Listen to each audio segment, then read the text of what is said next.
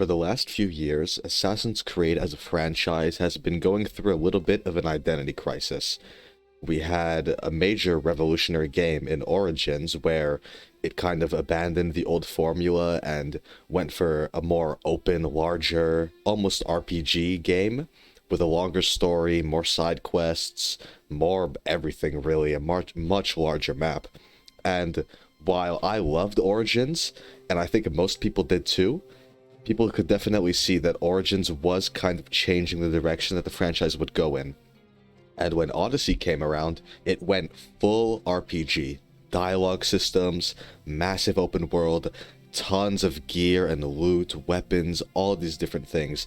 Like a 40, 50-hour main quest, tons of side quests. I mean, you name it. Any main RPG that you can think of, large, open, big RPG, Odyssey took most of those tropes and adopted it. And many people didn't really like it for that. Me personally, I loved Odyssey because Odyssey really committed to that RPG framework and really it didn't feel like it was on the edge. It felt like it knew what it wanted to be, and despite it not really having any assassins and not really being an Assassin's Creed game, which upset a lot of people, I still really enjoyed Odyssey, and I think other people did too. Then, when Valhalla came around, they kind of told people, you know what, no, we're listening to the criticism. Yes, Odyssey was too big. Yes, there wasn't any assassins. We're listening. So in this story, in this game, there's going to be assassins featured. You're going to have your own hidden blade. You're going to be blending in with the crowd, doing all this social stealth stuff. And everyone got really excited for it because they thought it was a return to form. Valhalla ended up being more of the RPG stuff, except slightly toned down. But there was way more content. The main quest was longer. The map was just as big, and it felt ultimately just as long and boring and dragged out as Odyssey did to many other people. I still really enjoyed Odyssey, and I did enjoy some parts of Valhalla, but for the most part, you could definitely feel Valhalla was a lot more bloated and big for no apparent reason other than just to pad the runtime. And that brings us to Assassin's Creed Mirage, the latest entry in the Assassin's Creed franchise. And the marketing all around this game was all, you know what, yes, we're listening to you.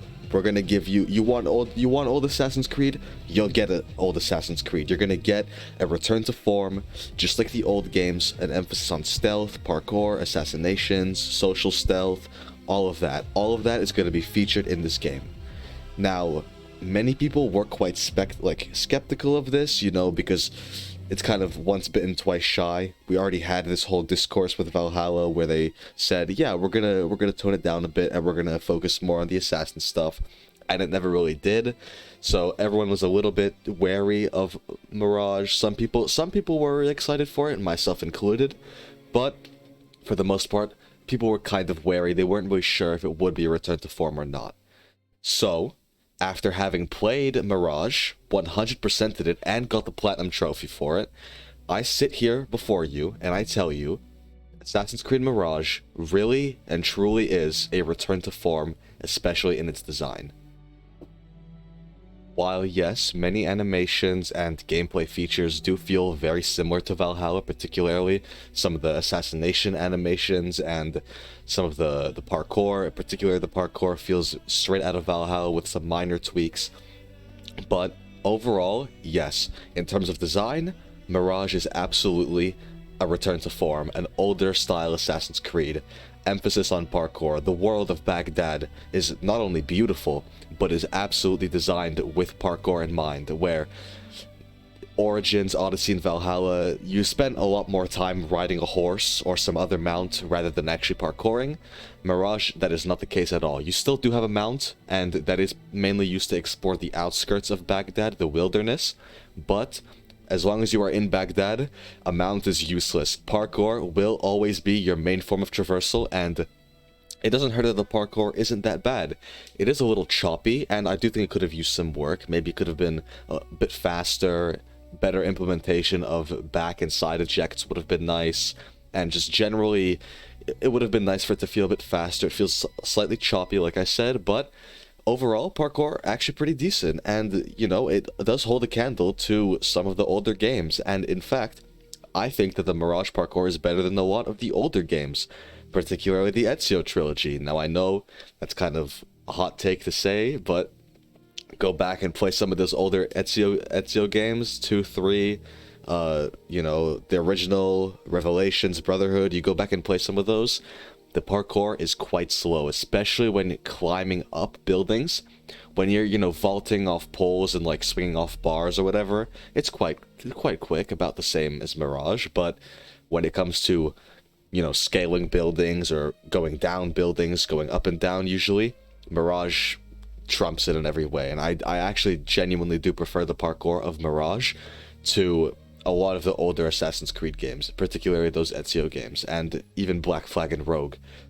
The main problem I had with these older Assassin's Creed games parkour was the fact that they felt very imprecise. Like, you can't tell me that there weren't many times where you'd, you know, angle your assassin a certain way and you'd want them to go up, but then they'd grab something completely different. That does happen a bit less in Mirage, and it still definitely happens for sure, and the parkour can still feel a little imprecise sometimes. Overall, it's pretty good. It feels more precise, it feels more fine-tuned, and I thought the parkour was pretty good. I enjoyed the parkour in Mirage, and I do think it's a bit overhated. But parkour isn't everything that makes an Assassin's Creed game. There's also the stealth, and I should say the stealth for the first few hours was a ton of fun. I was enjoying the stealth thoroughly for those first 4, 5, 6 hours roughly. But the longer you play, the main caveat of the stealth is the fact that it just gets easier the longer you play, because you have more access to new tools, like the smoke bomb, the traps, the noisemakers, the blow darts, etc. All of those tools don't make stealth more fun. They can in some areas, for sure, but they more just make the game easier, and it makes it just easier to stealth. I mean, who cares if you get spotted, because just throw down a smoke bomb and just assassinate any enemy that you were just in combat with. Or, I mean, if there's an enemy a good 20-30 meters in front of you that's about to spot you, you could just use the assassin focus. Now, speaking of the assassin focus, when I first saw it in the reveal trailer for the game, I was skeptical. I thought, okay, what is this? This looks a bit too hot, like, it makes the game a bit broken. Like, I could just teleport, mark, and kill enemies and teleport to them instantly. At first, when I unlocked the ability in the game, you can only mark and kill 2 enemies at a time, and that I actually felt was decently balanced, and it did work in certain frameworks. But the longer you upgrade it, when you can start to kill 3, 4, and 5 enemies at a time, I mean, yeah, it does kind of break stealth, and if you really do want a challenging stealth experience, I honestly just recommend not using that ability at all, because if, like I said, if an enemy is 20-30 meters ahead of you, you could just teleport to them and kill them. When in other Assassin's Creed games, if there's an enemy that far away from you, you can't get up there and assassinate them before they spot you. You're pretty much screwed. You just have to run away, find a hiding spot, then come back when you're not, you know, spotted anymore.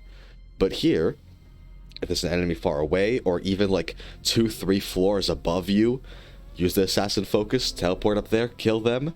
It is kind of busted, and generally, stealth does feel way too easy in the later hours of the game. First few hours, when you only have access to your throwing knives and maybe a smoke bomb or one other tool, it was very fun and very challenging, and I really did feel like I had to think about my actions during stealth. But longer you play, just gets way too easy, especially towards the end. In fact, this is kind of something that applies to the game as a whole, because it isn't just stealth that gets easier for you the longer you play, it's everything else. And that's because of the skill tree. Now, a great skill tree, in my opinion, is a skill tree that the longer you play, it will add more depth to the game. It will make the game more fun. Look at God of War 2018, or even Ragnarok, for example. Those skill trees let you unlock new combat abilities, new combos. Like, when I unlock a new ability in one of those games, I immediately think to myself, oh wow, I can't wait to use this move in this combo and incorporate it this way. When in Mirage, it's not really like that. There are some pretty cool unlocks in the skill tree, but for the most part, the skill tree just makes the game easier, not more fun. if that makes sense. There's some of the later unlocks just make stealth a joke, like that last unlock in the stealth tree, where when you crouch, you automatically can see every enemy around you. It's basically just like eagle vision, but permanent as long as you're crouching. That is busted and really strong. And just maxing out the assassin focus, like I mentioned, just way too strong. Way too makes everything way too easy. Not just stealth, but the game as a whole just becomes way too easy. However, I will say one part of the game that never really faltered in my opinion was the combat.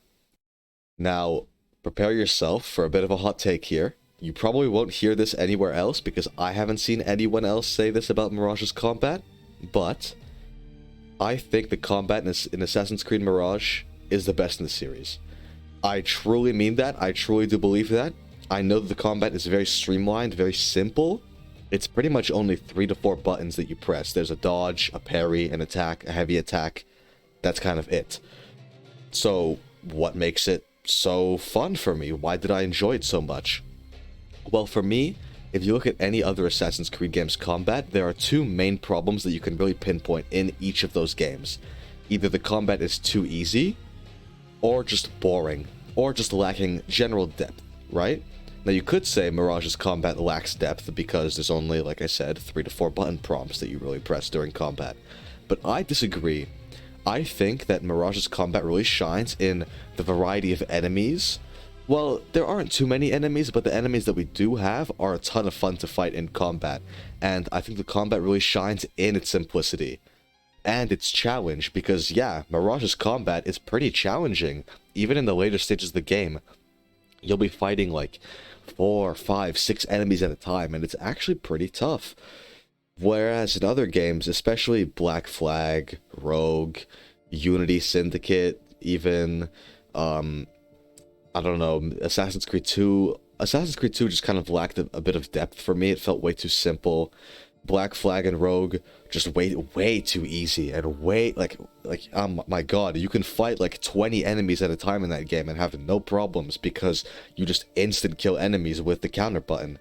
Syndicate was pretty fun and it could be challenging at times, but for the most part, again, just lacking a bit of depth, and I don't know, it wasn't the greatest. Unity's combat was really good and it was challenging at times, but I feel like a lot of the attacks, you know, they were a little too slow and just kind of generally slow-paced.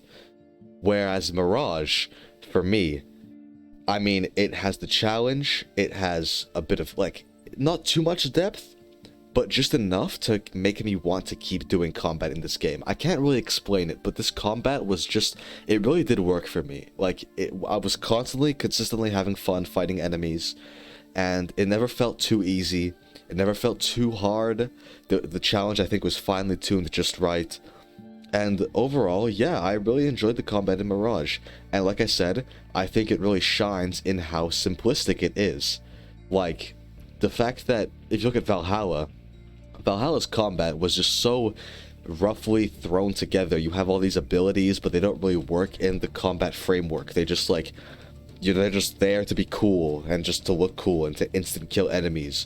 Combat in Valhalla was absolutely broken and way too easy. Mirage does a great job at taking what worked about Valhalla and really taking out all the bullshit on the side and just streamlining it, focusing on what made Valhalla's combat good, and just running with it, taking what was good about it and expanding on it, making it better, making it more finely tuned and refined. I know a lot of people have been saying that combat in this game kind of sucks, and I can kind of understand why they would say that because of how simple it is, but in my opinion, I thought it was spectacular. Even now, honestly, like, thinking about logging onto Mirage and fighting some enemies sounds like a lot of fun, because I really did enjoy the combat in this game. And if you are looking for something a bit more simplistic, something that doesn't feel too convoluted like Odyssey or Valhalla could feel, Mirage is definitely for you, and I do think you'll enjoy the combat in this game quite a lot if you're looking for something more simplistic.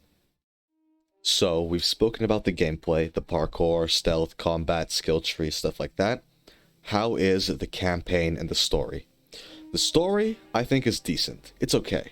There's a couple really cool characters there, like particularly Roshan, Basim, and his friend Nihal. All 3 of those characters I found to be pretty interesting, And while a lot of the story, like missions, campaign missions, are very repetitive, it just involve you, conducting an investigation, tracking down an Order member, killing them, the usual for Assassin's Creed. While that did feel very repetitive, the mystery behind, the Jinni that Basim is battling with, I'm not going to go into spoilers, but Basim sees these visions of this creature in his dreams or whatever, and throughout the game you kind of start to learn a little bit more about that, and the mystery behind that was enough to keep me going, even though a lot of the campaign missions were very repetitive. So overall, yeah, campaign pretty solid. I don't want to go too much in depth. I will say, this has no spoilers, but I will say the ending of the game, if you haven't played Valhalla, that ending is going to be very, very confusing for you, and I strongly suggest, if you plan on playing this game, to at least look up some cutscenes from Valhalla to get a little bit of context, because the ending, I could definitely imagine, if I were to put myself in the shoes of someone who hasn't played Valhalla or finished Valhalla, you're going to see that ending and think, what the hell is going on? And yeah, the ending you might think is not very good if you haven't had that context. Ubisoft say you don't need to play Valhalla to enjoy this game, and while generally I do agree, the ending will definitely leave you scratching your head after if you haven't finished Valhalla. So I definitely do recommend look up some YouTube videos, look up some cutscenes, read a couple lore entries, I don't know, and just get a bit of context before finishing the game, because it would help you enjoy the ending of the game a bit more, I think, knowing that context. And honestly, the biggest takeaway that I have from this main story is that it really feels like it respects my time. Valhalla was a story that took 50 plus hours to finish. Odyssey, same thing. Origins, not as long, but still about 25 to 30 hours to finish. And this game, main quest, takes about 15 hours, maybe just under. And to 100% the game, do every collectible, get all the achievements, it took me about 25 to 30 or so hours, which honestly, I'm really happy about that. As much as I would like for this game to have been maybe a bit longer, because it can feel a little too short sometimes, I was really happy to finally have a game that felt like it respected my time and didn't make me have to play through dozens and dozens of filler content in order to get to the next good part of the story. I could just keep playing no matter what. There's no level gating. There is a level for your character, but it's not like the traditional, earn XP level up type system. You level up during certain parts of the story where you reach a new assassin rank. And that assassin rank doesn't really change too much in terms of gameplay, but it's still a lot better than, the leveling system of Odyssey, Valhalla, and stuff like that, where there'll be many times where you just have to stop doing the main quest, especially in Origins. The Origins leveling system was really bad in particular, where, I'd be playing the main quest, I'd be really intrigued, oh my god, I can't wait to see what happens next, and all of a sudden the next main quest is 3, 4, 5 levels ahead of me, and now I need to grind side quest for a few hours to continue that. Here, none of that. I can just keep playing, play through the whole main quest straight if I wanted to. I did do a good amount of side content, and the side content was really cool. I'll talk about that more in a second, but I could just keep playing non-stop, and I really did appreciate that. I appreciated just how streamlined and simple the main story was handled. I really do think that if you really struggled with how long Valhalla and Odyssey could feel, this is definitely the game for you. But speaking of side content and collectibles and stuff like that, I think it's all handled really well. In terms of side content, you have a couple of these side quests called Tales of Baghdad, where you'll run into these NPCs. They give you a little side quest to do. Each one takes about 5 minutes or so to complete, some less, some maybe more. But there aren't too many of them. I think there's only 6, 7 of these in the whole game, and that's probably a little too short for me. But again, if you were someone who hated how long Valhalla could feel and how much side quests there are, you're gonna like this. And each quest does feel like it was handled pretty well. Some of them felt a little phoned in, but for the most part, each one of those quests felt pretty well done and well handled, and I really did enjoy them. But besides the Tales of Baghdad, you also have contracts. Now, contracts are like these little notice board things you can pick up at a hidden one bureau, and it's a little like small side mission. Go here, assassinate this guy. You get an optional objective. You know, try and stay undetected. Try and take no damage. Try and don't kill anyone besides this like specific guy. Don't have any unnecessary kills or whatever, stuff like that. And especially early on in the game, the rewards for these quests are pretty like handy, pretty useful. You get some materials. Some of them give you skill points you could use to obviously level up. You could use them to use the materials to level up your sword, your dagger, your gear, stuff like that. These quests, the rewards did feel pretty worthwhile, and some of them were actually pretty fun to do. They give you more opportunities to engage with the stealth system and the combat system and stuff like that. And I did enjoy doing the contracts for the most part. As far as I'm aware, they aren't unlimited. I think there's about 20 contracts that you can do, each one ranging from taking 3 minutes to about 7 minutes-ish, stuff like that. And for the most part, each contract was pretty fun. I did enjoy doing those contracts in the game. And also, speaking of the gear system, very, very streamlined, very dumbed down, simple. But honestly, like I said, it's a massive change from the newer Assassin's Creed games where, especially in Odyssey, where you're just getting dozens of new gear items and just constantly cycling through gear. You never really felt attached to any of the weapons or armor that you got because you'd probably get something stronger the next 10 minutes and you're just constantly swapping in and out. Whereas here, none of that. There's one weapon type, a sword. There's a dagger that you use to parry attacks and also use in combat. You have your armor, your outfit, and that's it. That's it. There are multiple outfits. I think there's about 6, but that's it. There's also about 6 swords and 6 daggers, I think, but that's it. There's not like 20, 30 different types of weapons and 50 different variants of each. No, there's one weapon type, 6 of each. There's 6 outfits. There's also these costumes that you get, which are like, they don't apply any stat bonuses or anything. They just change your appearance. So if you want to, use a certain, outfit and have a certain stat bonus, but you don't really like how it looks, you can equip a certain costume that, makes you look like that costume and not like the armor that you're wearing. And that's pretty cool. There is also a transmog system for your sword and dagger where you can change how it looks, but just for that. There's no transmog system for the armor as far as I'm aware. At least I don't remember there is.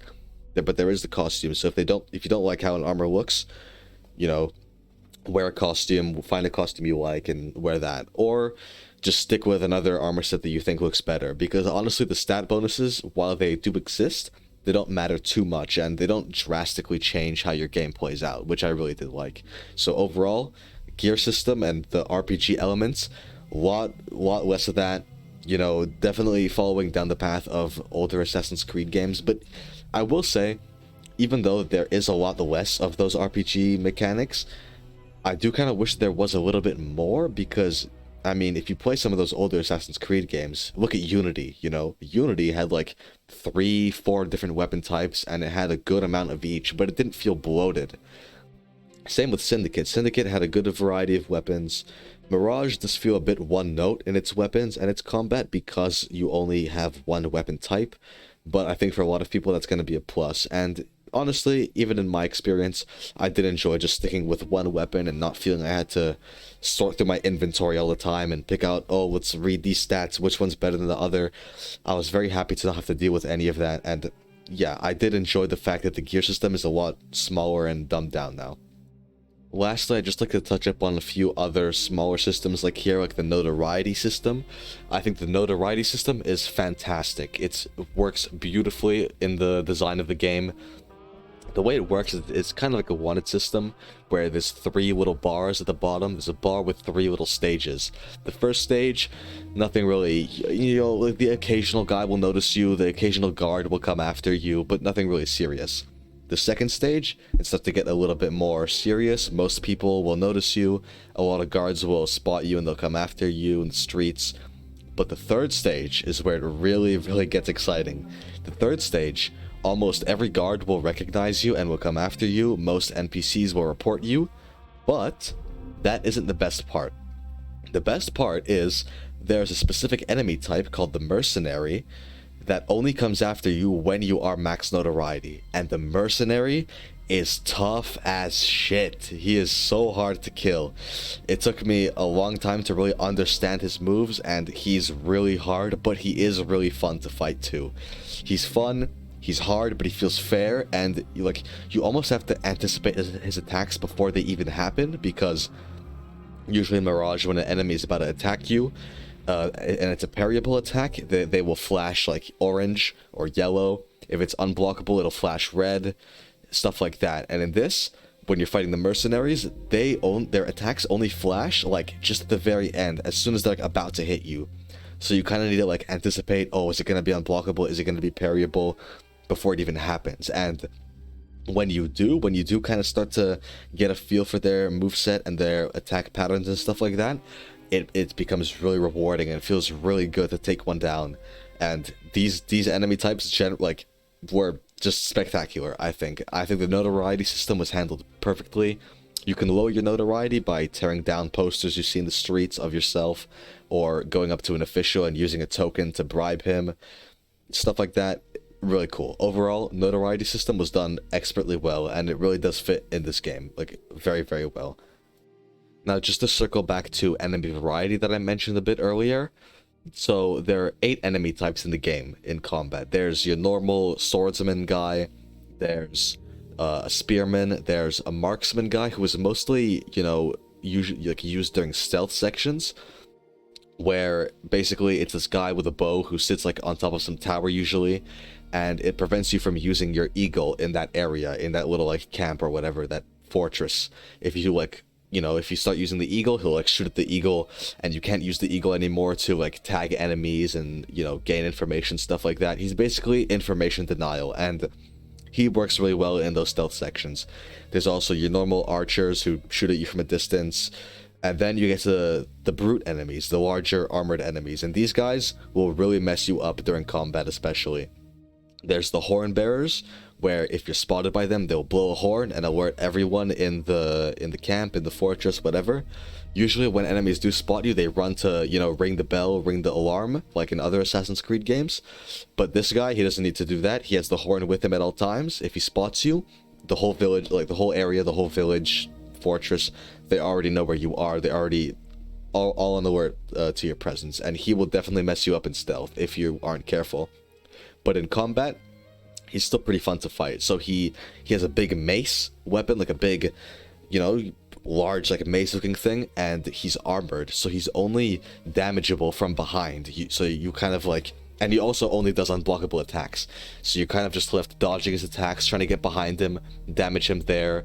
He's pretty hard to fight. He's a bit of a challenge, but he's pretty fun, and he works really well. There's also these commander guys who are also armored, and they have like these really large swords. With them, however, they don't only do unblockable attacks, you can parry them, and that is the best way to take them out, I think, is just to parry them, lower their, defense damage bar, and then take them out like that. But they were also pretty challenging and fun to fight. And then you also get the flamethrower guys. These guys, big brute enemies, and they carry a flamethrower with them that like shoots out fire and stuff. On their own, they're actually pretty easy, because all you need to do is just get up close. Then they can't really use their flamethrower anymore. You just have to like parry their normal attacks, and they aren't like armor like the other guys. You can attack them from all directions, but they're still pretty challenging to fight. But on their own, pretty easy. But when they are where they really shine in difficulty is when you're fighting them in a group of other enemies, where, you'd be fighting 3 or 4 normal swordsmen, and there'll be a flamethrower guy at the back shooting flames at you from a distance, and you can't really get up close to him because there's other swordsmen have you occupied, and that's when they really shine as enemies, when they're in combat with other guys that, are taking the focus off of them, and you have to kind of micromanage between those two enemies. That's where they really shine. And then obviously, like I said, the mercenary guy, very fun, very challenging to fight, and overall, a little slim with the enemy variety. Not too many enemies. I think there's only like 8 that I mentioned, like 8 different enemy types. But the ones that we do have are pretty fun to fight, and generally, I would have liked to seen a couple more, but what we got was okay, and I think it worked pretty well. So, wrapping up, Assassin's Creed Mirage is most definitely a return to form, a return to the roots of the franchise, and it does feel like an older style Assassin's Creed game. If that's what you were looking for, if you're a little nervous, oh, I'm not sure if it's a return to form, maybe it's more like the RPG games, maybe it's going to be another Valhalla situation.